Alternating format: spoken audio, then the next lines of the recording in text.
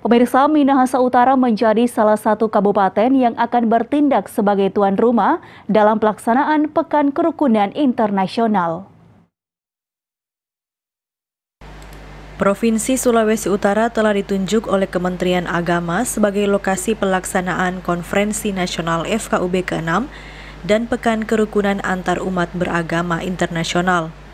Lokasi pelaksanaannya berada di beberapa kabupaten kota, salah satunya Kabupaten Minahasa Utara. Bupati Minahasa Utara Jone Ganda menyampaikan terima kasih telah dipilihnya Minahasa Utara sebagai satu lokasi rangkaian acara internasional ini. Bupati mengatakan dengan terpilihnya Minahasa Utara menunjukkan bahwa daerah ini sudah siap dalam menjaga toleransi antar umat beragama. Pertama, kami sangat berterima kasih karena Kabupaten Minahasa Utara dipilih sebagai tempat dilaksanakannya kegiatan Pekan Kerukunan Antar Umat Beragama.